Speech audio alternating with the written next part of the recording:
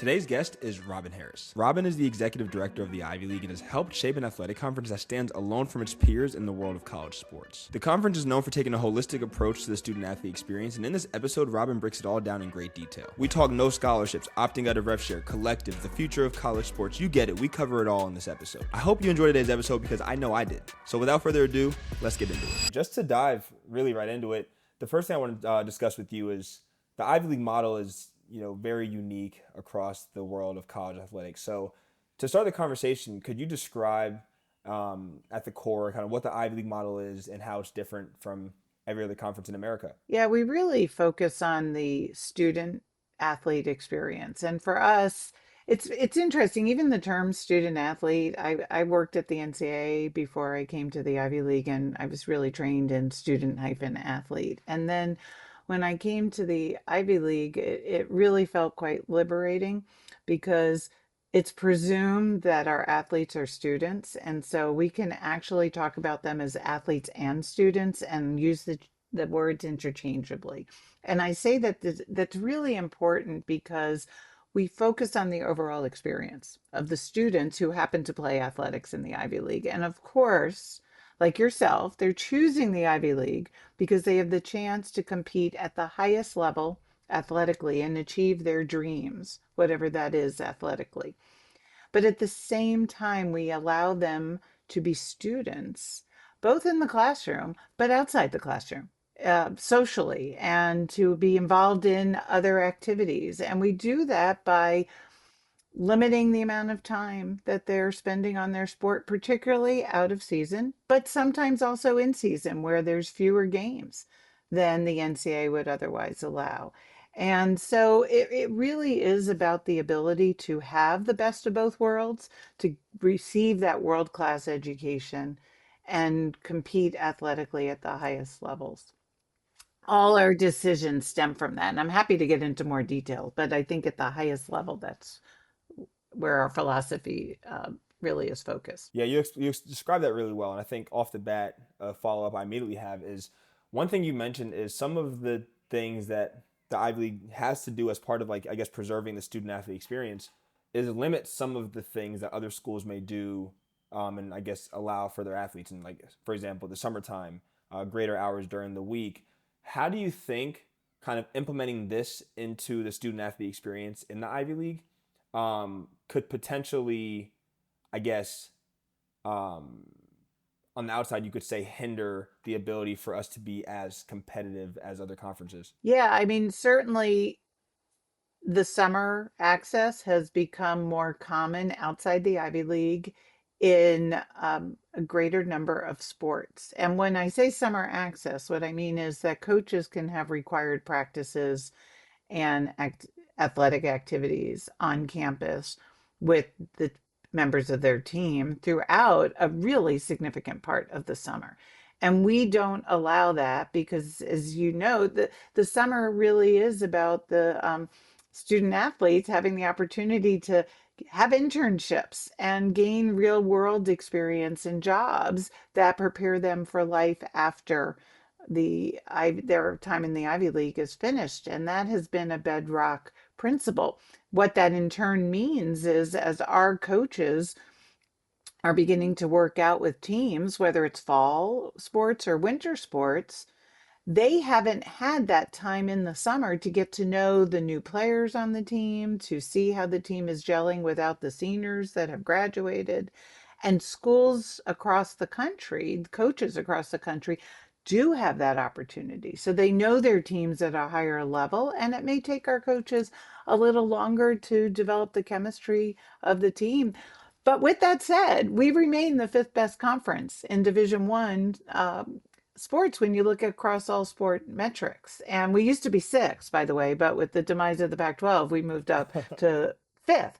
So even though our coaches are starting out behind, we do very well in non-conference competition, both preseason and during NCAA tournaments. Yeah, with this holistic approach, I could kind of describe it, being an athlete and also hearing you speak. What would be, I guess, your goal?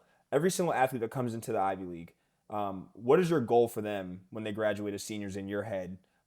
having the Ivy League athletic experience? I'm so glad you asked that because it's one of the reasons I love talking to our alumni is to find out what is it that they're doing. And my goal is that they have an incredible experience as an Ivy League student and athlete, and that they get to pursue both sides of the equation. And I would really say also the social part of being a college student because it's such a special time. That 4 year experience where you get to know other students on campus, not just those on your own team or not just athletes, and that they've maximized their learning and development during the 4 years they're spending on our campuses so that they can pursue whatever it is their ultimate career objectives are. And for some it is athletics related and for others it's not. And the athletics participation is not only fun and enjoyable, but I believe it's a learning experience because you are learning how to be resilient, how to prepare and set goals and objectives, how to manage your time, how to be leaders among your peers, and certainly how to bounce back from failures, which those skill sets, and there's others from athletics as well, are incredibly valuable in the workforce in whatever career. So I feel like we are providing a training ground for thousands of young people to be leaders in our society in whatever career they choose. And I hope we've provided them a fun experience while doing so. Yeah, I have an interesting follow up on this. I One thing that we've seen an uptick on, especially in football and now basketball, is the number of Ivy League athletes who are making it to the professional leagues in their sport. As of recent, we have a lot more football players and who've made the NFL, and a lot more NBA players who've had Ivy players who've made the NBA. In terms of like your idea of pursuing professional sports, like when it comes to the Ivy League athlete and you're framing and like shaping this conference, at the core, how important is it to you that there's an opportunity for these athletes to have a career in sport after their time in the Ivy League versus their ability to have the best postgraduate experience for their career and personal life? To me, it's one and the same. If that athlete is talented enough, right, to pursue that career path, to be a professional athlete, and that is what they want to do, then that is their professional pathway. I also hope that they then have a valuable Ivy League degree for when that professional career playing the sport ends, and that they have a pathway to go on, and whether it's in a front office of a professional league or they go into some completely different field, they can have the best of both worlds. So to me, it really is one and the same. If athletes want to pursue the professional sports as their career goal, that's terrific. And they'll also have an Ivy degree as well. You may share a similar perspective. I, in a way, from my experience being in the Ivy League, think that having the opportunity to explore life outside of your sport can almost have a liberating feel for an athlete who is sometimes tied down to their identity within their sport. And a unique experience that the Ivy League offers for an athlete is that you have a life outside of sport. Like regardless if you want to or not when you get in, like you're going to explore other pathways. And it in a way I think gives you a little less pressure, which may allow you to perform at a higher level on your playing field. I think that's a really good perspective. And to hear it from you, someone who very successful athlete at Yale, and to hear that that's your perspective, I really appreciate that because that's what we're geared at. We're geared at developing people to be successful on and off the playing field, on and off the court, and to give them the skill sets to figure out their path forward for a productive life. And I think it's also interesting, as I've been in this role for a long time, that perspective permeates all of our campuses when it comes to the experience that the athletes have on campus, right? And then as alumni, I think they're more aware of the commonality of the experience they had, even though our 8 schools are very different. There's different, feelings on campus, and they are different. There's a commonality in the student athlete experience that is even more appreciated when you're alumni. And I don't know if you've experienced that yet, that you run into an alum from another school, could be another sport even, and you just know you went through something really similar. It's pretty intense, right? While you're there and you're balancing all your work and your exams and papers and whatever, and real contests and performance requirements. There's something to speak for like the shared experience. And I had an interview the other day, and I was telling the story of like I now in Philly when I go on runs in the morning, and occasionally you'll see somebody who's wearing like an Ivy League shirt, like a Princeton track and field or this, that, and the third. Like it's and I happen to be wearing my shirt that day. It's like automatically like in a way like you slow down, stop. Oh hey, it's something about the shared experience that I think it's different than other conferences. That like all right, if you went to two different Big Ten schools, I don't know if that same relatability factor is there in relation to the Ivy League. So it's a really cool thing for sure. The next thing is diving more into the scholarship piece. I think this is the one that always has to come up in the Ivy League. It's the one that everyone asks the question about. You know, it's um, one of the most unique things about the conference is the fact that there are no scholarships for athletes. So from your as the commissioner, your perspective, you know, first to give people the top level down, why no scholarships for the Ivy League? Why has that, I guess, continued to be the stance in 2026 college athletics? And what do you think has been the effect of this decision on the athletic experience? Yeah, so first, the why. We don't have athletic scholarships because we do have need-based financial aid and very generous need-based financial aid packages. So the why really is related to our first topic about the overall approach of the Ivy League and the fact that we are focused on the overall student experience. Another component of that is that we have a expectation and a philosophy that the athletes are representative of the overall student body and are treated as close as possible to other students. And so our campuses have made decisions that in providing scholarships to students generally that they should be awarded based on need so that families can afford to receive the Ivy League education. And we are very fortunate that our campuses have prioritized the funding of those need-based financial aid policies where they are incredibly generous. And that applies to athletes as well as students. And it's interesting when you ask about the impact on athletes and maybe our competitiveness. I think our coaches have the hardest job in recruiting athletes who are probably also being recruited by scholarship schools and often highly academic scholarship schools like Stanford. Um, I'm a Duke alum. I have to say Duke in that breath, but Vanderbilt and wherever else, and we're not offering the athletic scholarships. A family might be receiving comparable need-based financial aid, but they're not getting the brand of the athletic scholarship. And it may be for some families, an athletic scholarship is more than the need based financial aid they would be receiving at the Ivy League. And so a family has to make that decision. But contrary to the athletic scholarship, if a student athlete comes to our school and decides to no longer compete on a team, they still keep their need-based financial aid because it is not tied to whether or not they're playing. And it's not, in some respects, you could look at an athletic scholarship as pay for play, really, because it's, a school giving money to a student to play on a team. That's not what they call it. But philosophically, for us, the aid is separate from the athletics, just completely separate. Got it.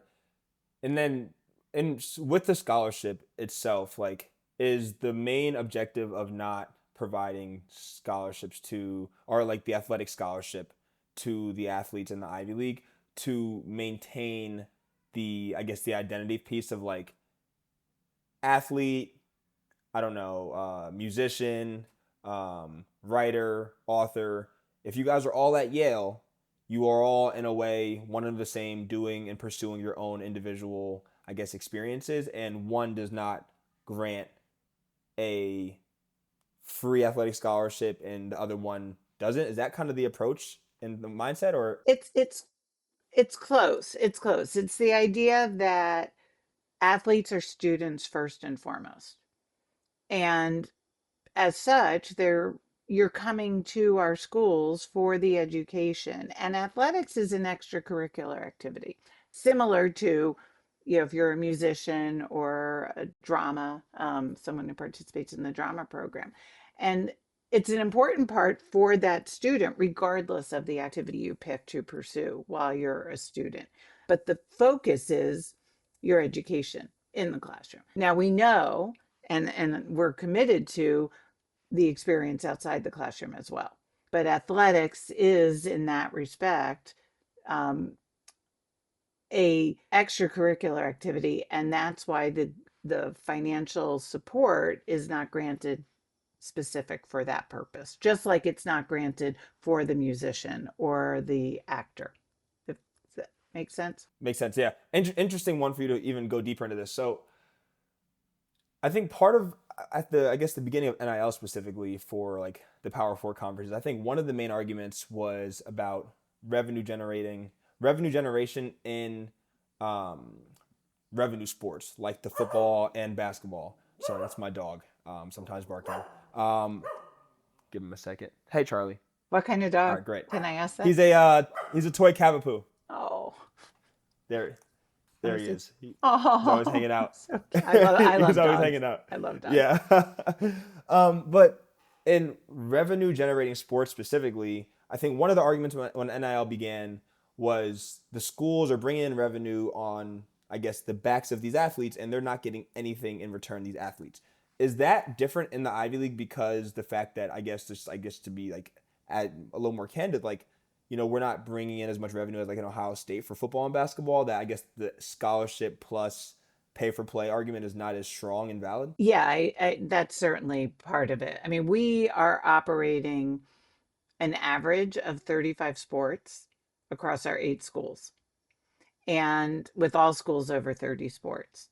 And we operate those sports because we believe in the experience of the students who are participating. And that's where it all stems from. And we don't run them in a way to produce revenue. Hopefully, we're operating fiscally responsibly, but across the board, we are not generating net revenue. And the schools themselves, the institutions, are supporting athletics at a very high level financially because of the breadth of the sports. And even where we have the so called revenue producing sports that are, called revenue producing in the national landscape, for us, that's not how we look at them. We really don't talk about them that way. We have tournaments. We've added more and more tournaments in our for our sports, and none of them produce net revenue. And it's not because we're spending so much. Really, the biggest expenditure is traveling the teams. It's just we don't operate sports to produce revenue. So when you look at it holistically in that manner, and we're not making decisions to produce revenue, there are decisions we could make that would enable us to produce more revenue, but they wouldn't be aligned with our goals and our values. And so for us, it really is extracurricular. It's a very important extracurricular activity. And when you look at it in that sense, it just doesn't make sense. Like revenue sharing, we didn't opt into the house settlement because it just didn't fit with our model. That becomes a pay for play model. And that's not how we operate college sports. We love to be able to compete at the Division 1 level. And I think that's what makes our model so special is our success, which I hope we will get into, but it's our success within our philosophy. So, for example, with our television contracts with ESPN, and we can put football games on television, we'll play Friday night football games, but that's it. We're not playing on Tuesday night or Thursday night or Wednesday night, where we could probably generate more revenue, candidly, if we did that. I think that makes a lot. That's the first. I've never, I guess, thought of it in this way until 5 minutes ago. So that makes a lot of sense in terms of thinking about Ivy League athletics. Like not operating to generate revenue will completely, I guess, change the way you think about how athletes should monetize from playing the sports in the Ivy League because it's just different at the core. And you kind of answered the next question very with that last answer, but revenue share, opting out of the house settlement, not being involved in that, kind of aligns more with the Ivy League model. Do you have anything else, like I guess, to speak on in terms of opting out of the house settlement? Yeah, it was easy discussions as we had them internally, from our athletic directors all the way up to our presidents. I was not surprised, but pleased that the conversation was so easy that that really um, everyone understood that having something where we would be affirmatively saying we are engaging in revenue sharing was completely contrary, not only to the existing rules that we have that wouldn't have allowed it, but to our philosophy and the fact that the it was well received when we unveiled it. And as we sent out communications to coaches and student athletes, we'd explain and answer questions. But those that choose the Ivy League experience, whether you're a student, coach, athletic director, president, you understand and you believe in the way we operate college athletics. And that was what was to me so reaffirming from that experience, that really no one was surprised that we didn't opt in. Makes sense. So we covered scholarships, we covered rev share. I guess the next place for us to cover is the idea of legitimate NIL, because as we know with the Ivy League, you know, the Ivy League not believe in pay for play, but the Ivy League believes in legitimate NIL. Can you describe the difference in what you believe NIL should be for the Ivy League athletes? I'm glad you phrased it that way because we really do believe and support individual student opportunity to um, commercialize their own name, image, and likeness by working with a partner that is willing to pay them for that in exchange for some service. And so, an example would be the State Farm commercials that we see on TV, and they pay Caitlin Clark however many millions of dollars to appear on the State Farm commercials. I wish she could have done that as a student, right? She deserved that opportunity. Ivy League student, I would love to see Ivy League student athletes have that opportunity, right? In commercials, but it doesn't have to be a public commercial. But that's what we were all thinking about when I think it was in 2021, the NCAA allowed NIL opportunities. And many people don't know that our presidents were lined up and ready to change our rules to allow student athletes to take advantage of legitimate NIL, because we had had examples over the years where we had enterprising entrepreneurs who happened to be athletes at our schools, students who developed a product or wanted to have a commercial enterprise that was somehow related to their sport, and the NCAA said no. The NCAA said no, and we had presidents talk about this and say, we would allow a regular student to do this. Why aren't we allowing the athlete? That's the Ivy League mindset. If we allow this for students generally, why aren't we allowing it for athletes? So 2021, July 1st, we were ready to change our rule. Presidents approved the rule change to allow for legitimate, real NIL, social media posts, entrepreneurial activities.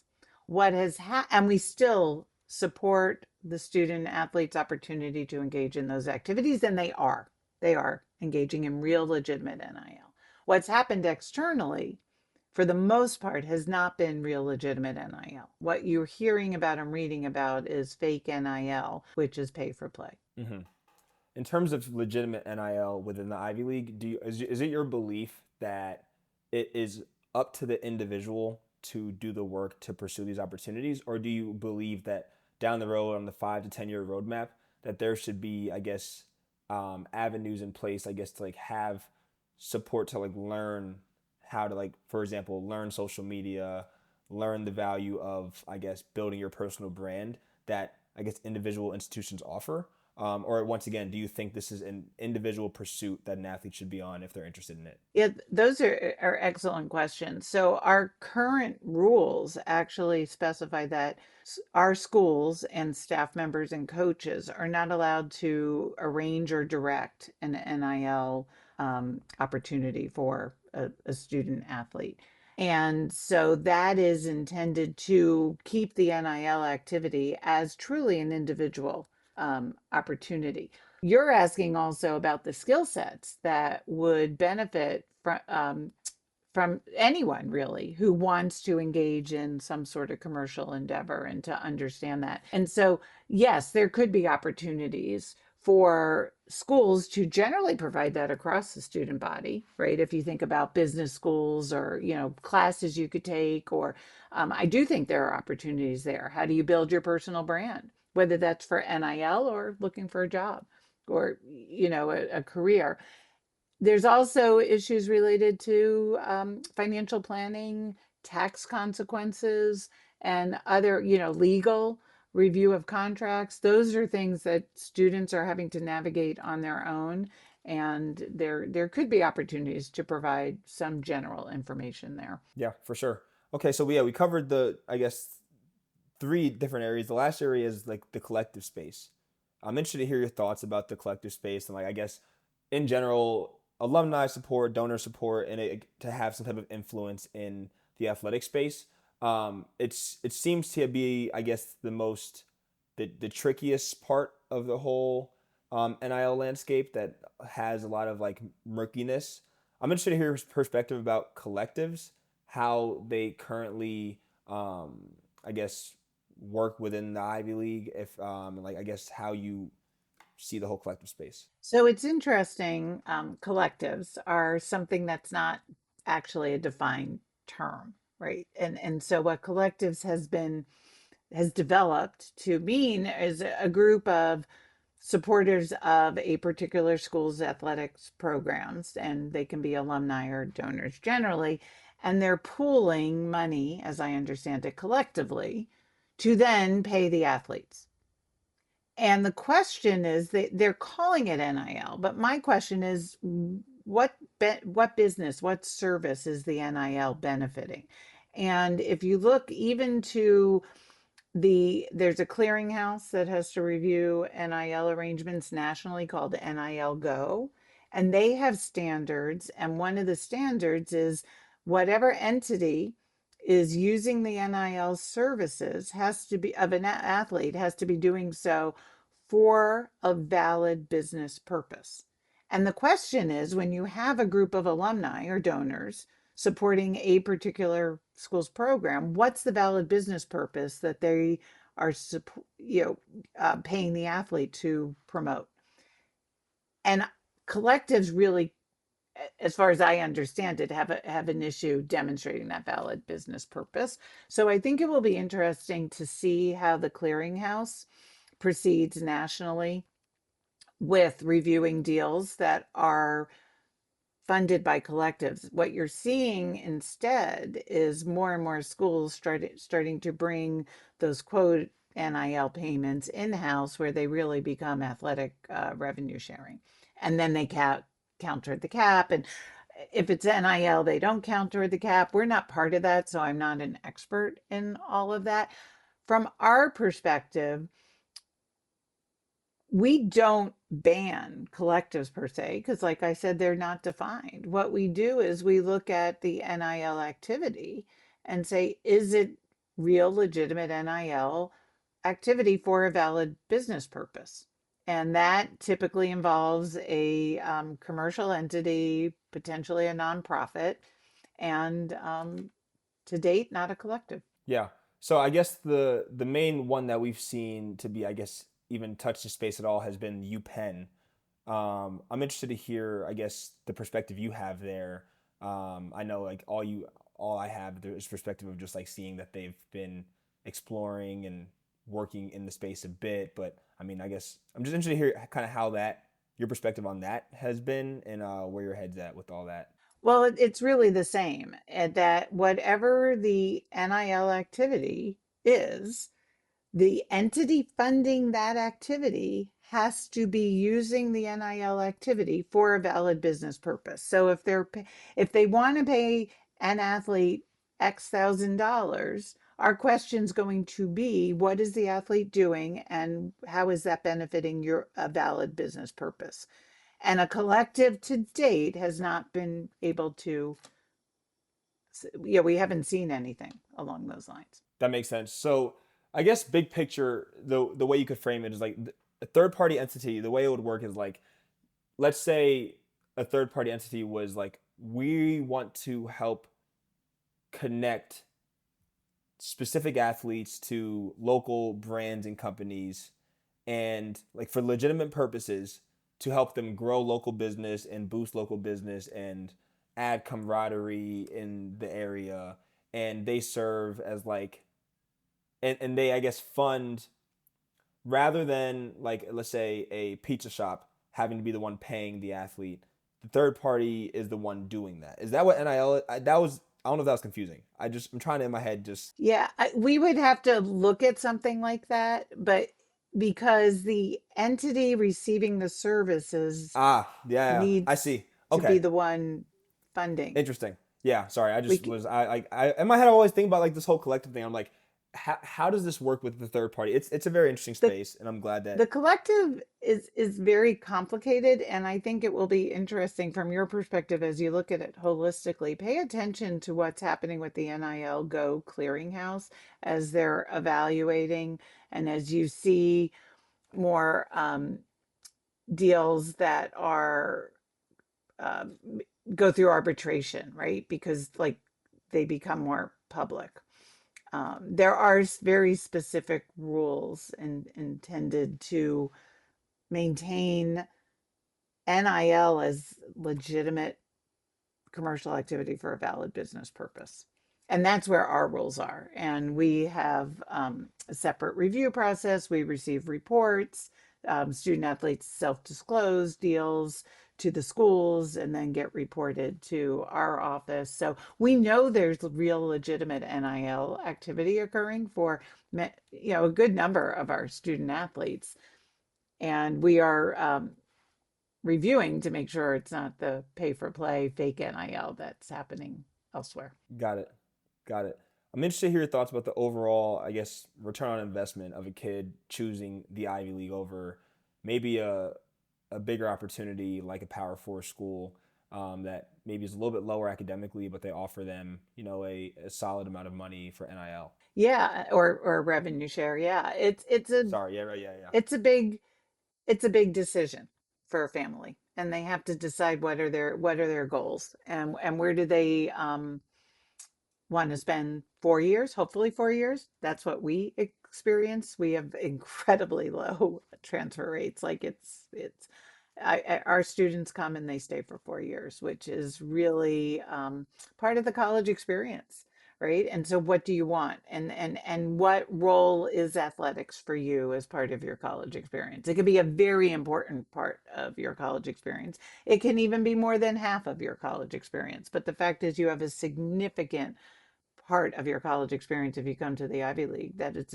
about actual education, studies, and learning, and development as a person, as a student outside the classroom with others who are at your campus. And so, young people in high school, it's hard, have to make those decisions with their family and look at the finances. I'm not going to say finances won't play a part, but you also have to look at the longer term financial returns from an Ivy League degree.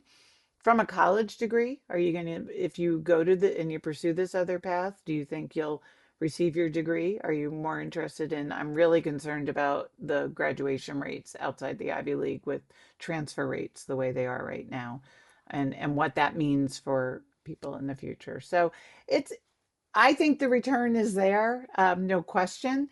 But I also understand it's challenging for families as they're evaluating multiple really good options at a time where someone's 17, 18, maybe 19 years old. Yeah, I spent a lot of time looking into, I guess, just FBS for football specifically, like looking at the transfer rates and seeing a kid go to a Power Four school and have to make a decision to transfer downward to a lower level, lower competitive school.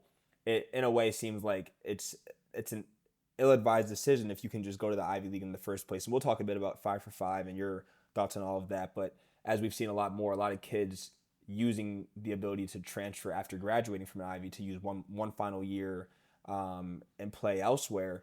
It seems like this whole trend of going to a bigger school and then having a lack of success in transferring downwards is hurting a lot of kids. However, there is, I guess, the one area that a lot of families I've had conversations with always bring up is should we just try and chase after higher academic universities that offer the scholarships, such as the Stanfords of the world, or even like if it's lower competitiveness, like a Rice. And then I guess the question I have for you is, in determining between the Ivy League and any school in general, should the question be academic prestige or should it be the actual experience you're getting? Because what I say to families is like, yeah, you can go to this school and be an athlete. You may get the brand recognition of the school, but you won't actually get the experience of being a student here because of your time spent inside the athletic facility. That's exactly what I was going to say is I think families have to really evaluate what is that experience and where are your priorities, because what we have heard is you can go and you can receive the education to some degree, but are you really receiving that same experience as other students at those schools? And what do you want out of your 4 years? And so you said it much better as a Yale graduate than I would. It is about the experience, and I think that's what we offer. Competitiveness. I think that's, something I'm really excited to talk to you about. There I is love talking a about it, so thank you. Yeah, yeah. I'll just, I guess, set the scene and let you take it wherever you want. There is, in general, I'm not even gonna, no statistics needed. A lot of people believe that Ivy League sports are not as competitive as other sports, and that because the league does not offer what other schools offer, they lack the ability to be competitive. What do you say to that? I'd say that's just not true, and we have lots of data to back that up. And, for example, as I said earlier, we're the fifth best conference in the all sport metric that looks at national success in the non conference. And we used to be six. This is not new. It's every year. We're fifth because we're behind the so called Power Four. I hate that term because I don't even know if there are four power conferences anymore. If it's two, I think we're a power conference, depending on how you want to define it. But we're fifth. We're fifth in Olympic participation. We're fifth in medals and participants. In fact, if you look at the summer and winter Olympics most recently, we're number two behind only the Big Ten. And people don't know this. And these are just a few stats. We had 94 teams nationally ranked this past year.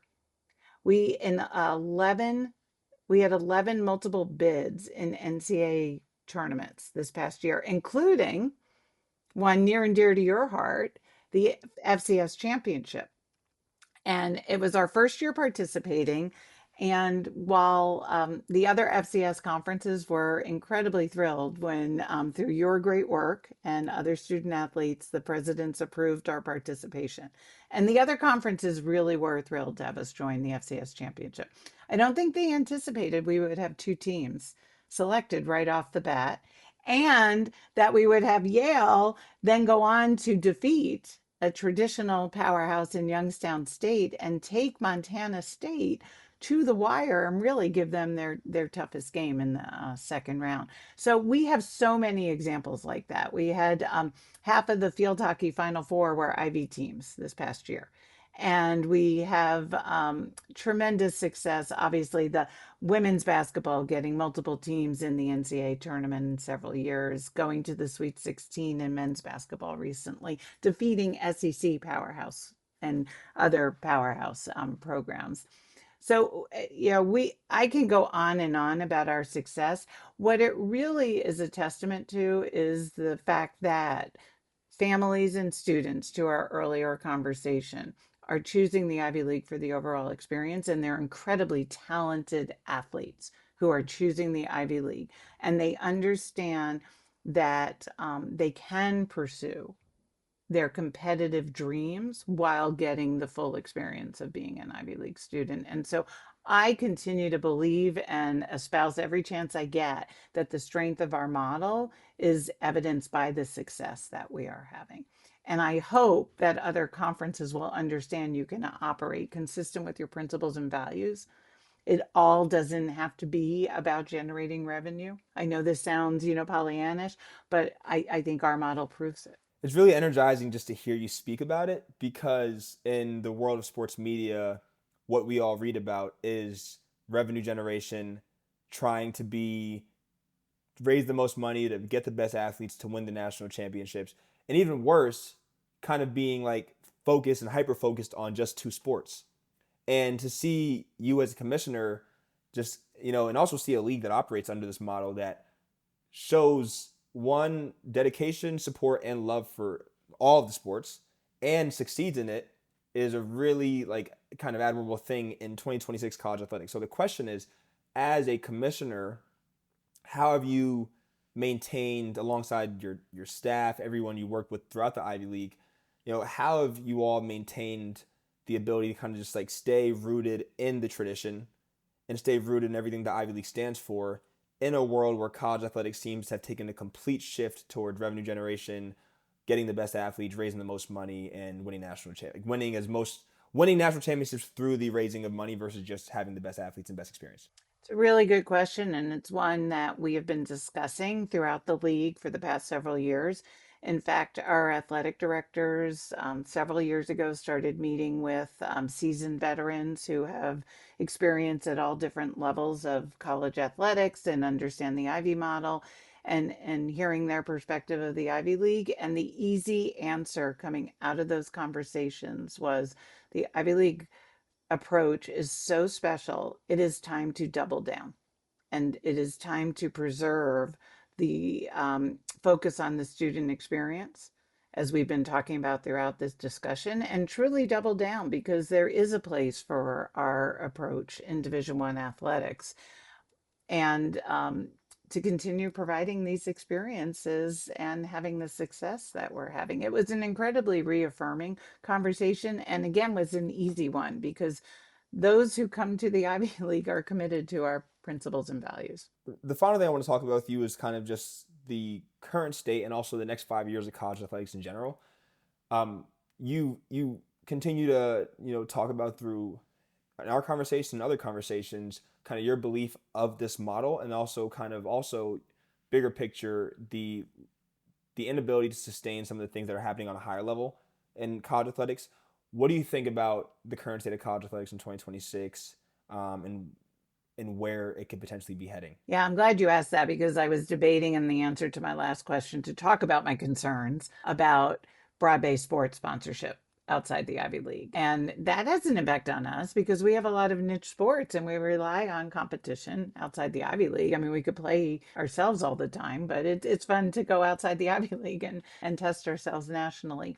And I really am concerned about that externally because I just see this sort of ever increasing spiral to have to fund football and men's basketball to even a lesser extent than football, at a such a high level that it's taking away resources from other sports. And although they eventually brought it back, you can look at the fact that Arkansas was going to cut tennis programs where their budget is comparable to other budgets in the SEC, and yet they were only going to, if they'd cut tennis, they would have had 17 sports. The minimum to be an FBS school is 16.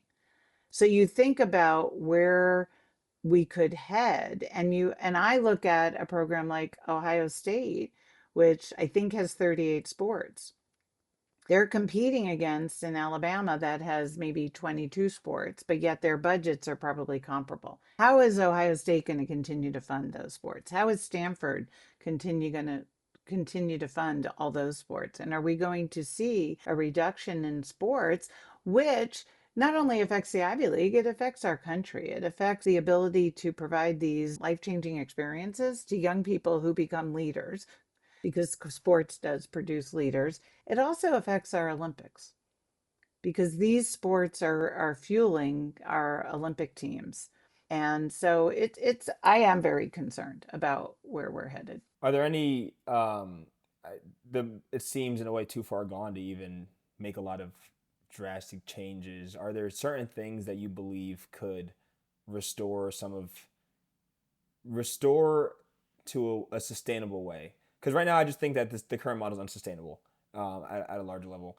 What do you think a sustainable model of college athletics looks like for these conferences that are chasing after what they're chasing after? Yeah, I do think it's unsustainable. And I put a lot of the reason on FBS football and constantly chasing the need to generate more revenue and now paying the players. And so I can't predict the future.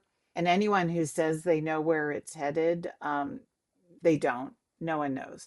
There's a precipice coming, and the prevailing wisdom is it's likely to come around the time television contracts start expiring because that's going to open up the opportunity for another shifting in terms of conference realignment at the top level. My concern really, and that could be around 2030, 2032, somewhere around that time frame, which isn't that far away now. It's 4 to 5 years. My concern is really that schools and presidents outside the Ivy League are making decisions that are impacting so many sports because of football. And so the conference realignment, where we have schools having to travel teams across the country multiple times in a season, is really not only costly, but its impact, I think, negatively impacting the student experience. And Charlie Baker recently, the NCAA president on Face the Nation, talked about regionalization, that other than football, we need to see more of a regionalization in other sports. Well, that's our model. We're regional, right? You bust everywhere in the Ivy League. Now Yale is in the middle of the conference, but even Penn to Dartmouth, you're talking 6 hours, right? It's not, and and so the regional competition makes so much sense. So is that a solution? Do we separate out FBS football, let them go do whatever, have it be semi-pro? Like honestly, I and then try and protect and preserve everything else. Is that an opportunity? Do we have that opportunity still? I don't know if you can put the toothpaste back in the tube at this point with basketball. That's the biggest question mark. But yeah, so you have football separate, separate FBS football, let them be semi-pro adjunct affiliates of schools, kind of like they might have conference centers, or now they're developing these multi-use retail spaces, right? Those generate revenue. So football could be like that. Athletes could be employees for football, FBS football, and then try and protect everything else. March Madness is so special, at the NCAA level. You want to try and protect that.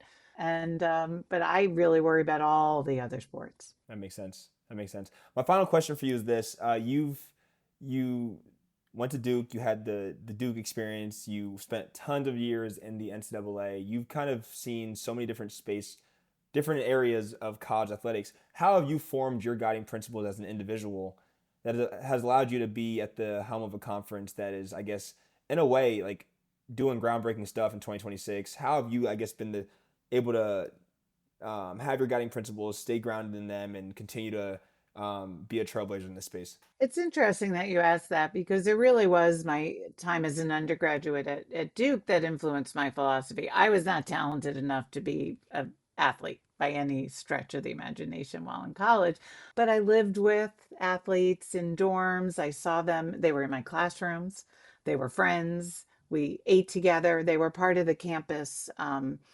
community and fabric across all sports. And there was a wide sports sponsorship as well.